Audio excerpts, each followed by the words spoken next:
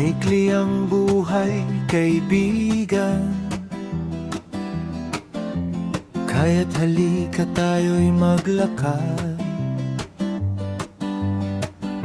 Ang oras ay tumatakbo na parang hangin. Ngayon ay umaga, mamaya'y hapon na naman. Parang sa isang dahon sa puno na sariwa, bukas ay matutuyo at malalaglag na. Pero may tinig na nagsasabing oras na para linisin at tituin lahat ng iyong pagkakamali. Subalit kahit gaano ka pa maging mabuting tao, may hindi pa rin masaya para sa iyo. Hindi mo malaman kung ito ba ay galit o inggit.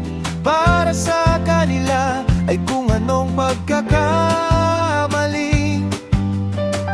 nagawa mo noon ay wala nang puwang para mabago mo ito. Kaya ang solusyon dito ay huwag na pansinin. Iwasan na lang sila dahil sila ang mga salot na galamay ng kadiliman. Wala na tayong magawa pa sa sitwasyong yan, kaibigan. Kaya sa'yo ako, Diyos, ikaw ang ilaw sa aking daan. Kapag ikaw ang sentro ng buhay, lahat ng bagay nagiging tama.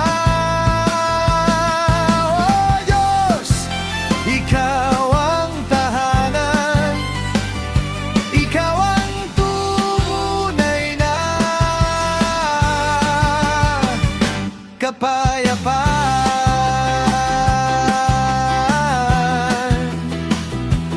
Oh,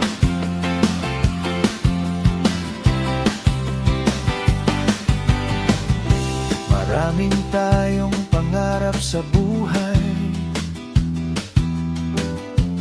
pero hindi lahat ay kailangan. Ang pag-ibig mo, Panginoon, ang gabay ko sa bawat hakbang. Sa bawat araw na may laban, ikaw ang lakas na aking sandigan. Wala akong kinatatakutan kahit maglakad akong mag-isa sa kadiliman. Nakahanda ako dahil alam kong protektado mo ako, Panginoon.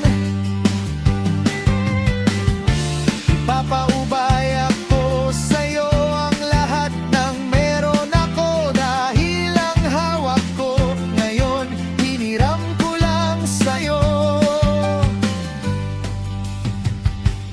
Aking Diyos, kasama na ang buhay ko sa'yo.